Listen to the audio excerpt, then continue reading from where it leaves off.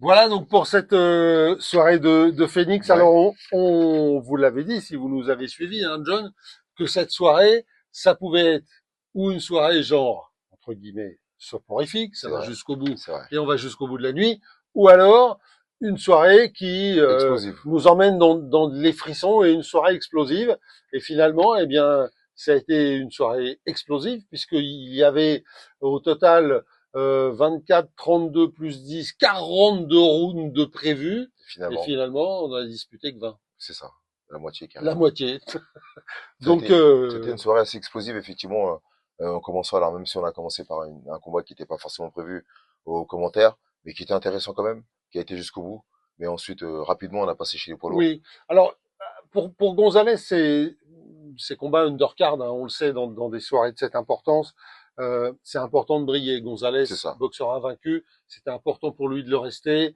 Voilà, ça l'amènera vers d'autres choses dans des belles soirées Et puis, il apprend le top métier. rank. Il apprend le métier. Ça le Exactement. fait du bien. Et c'est un peu le même cas de figure pour le combat de poids lourd C'est vrai, c'est vrai. avec Avec Torres, Torres, Torres Junior. qui lui sort des Jeux Olympiques il y a quand même il y a quand même déjà 4 ans, 3 ans.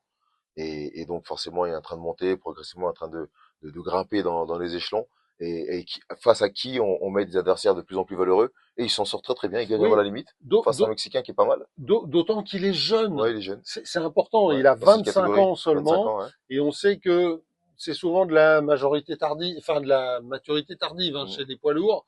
c'est ça, On est en pleine maturité aux alentours de la trentaine plutôt qu'à 25. exactement. Donc faut le préserver. Il a fait parler Petit poids lourd. sa vitesse de bras, petit poids lourd d'1 m 88, il a fait parler sa vitesse, ça a été beaucoup plus rapide, et puis à un moment, on a senti que Munoz, qui est pas un vrai poids lourd, qui a, je Non mais dirais, le presque, physique, la vitesse, il le fait physique, presque un moyen qui s'est laissé aller et qui a commencé à pêcher physiquement et puis il a flanché et bien sûr. finalement on a dû l'arrêter à la Troisième reprise. troisième reprise. Troisième C'est ça. reprise. L'arbitre l'a arrêté Ouais. tout de suite. Hein. Ah. Il a vu tout de suite En- et c'était logique.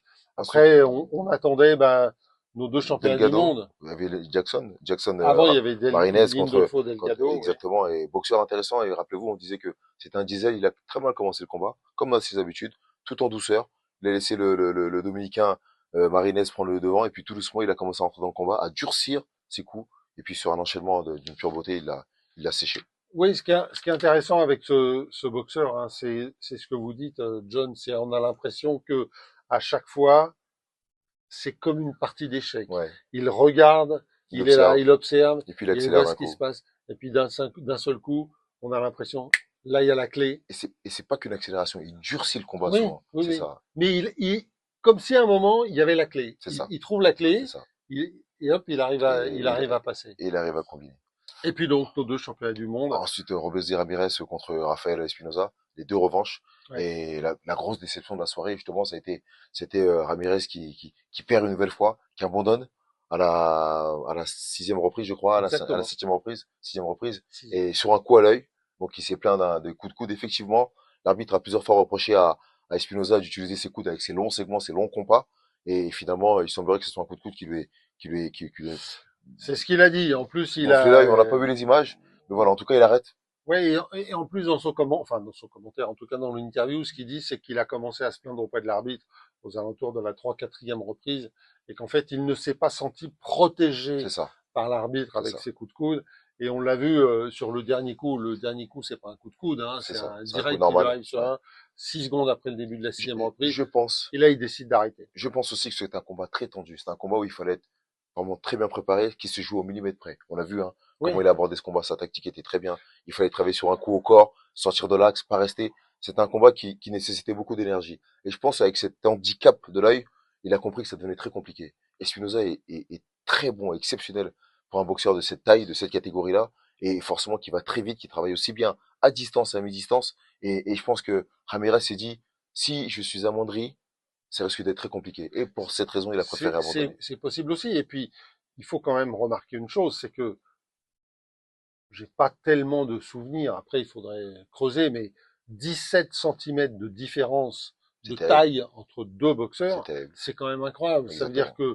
que Robézy Ramirez a été confronté à une équation qui était extrêmement compliquée Ouais, ouais, à ouais. résoudre face à un boxeur qui mesure 1,85 m dans une catégorie où d'habitude on mesure 1,70 m quoi, Exactement, maximum. exactement. Pour C'est incroyable. 54 kilos. Ouais, incroyable. Ensuite, on finit par Oscar Valdez et contre Manuel Navarrete. Effectivement, c'était encore une revanche entre ces deux boxeurs et sur le premier opus, c'est Navarrete qui avait gagné au point.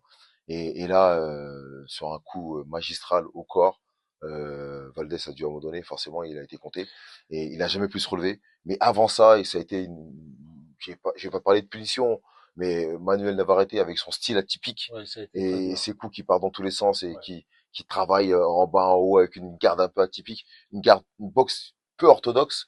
Il a franchement déstabilisé un Oscar Valdez qu'il connaissait pourtant. Alors, vous savez, toute proportion gardée, c'est pas tout à fait la même catégorie, c'est pas le même style, etc. Mais rappelez-vous, il y a quelques années, quelqu'un comme Prince Nassim Hamed, qui était un boxeur comme ça, qui était capable de donner des coups dans des Dans positions, n'importe quelle position. il y avait que lui C'est qui vrai, pouvait faire ça. c'est vrai, Eh ben, avec Navarrete, c'est vrai. c'est pas le même style, mais Dans, on retrouve ce genre de dans Navarrete, problématique. il y a du Prince Nassim Hamed, c'est vrai. Ah, C'est ah, ce côté imprévisible et des exactement. coups puissants, terribles, qui font mal. On sent qu'ils font mal. Et puis même quand il n'est pas bien Peu orienté, quand atypique, il n'est pas bien posé sur ses exactement. jambes, Ouais, il ouais. arrive à donner des coups, il arrive.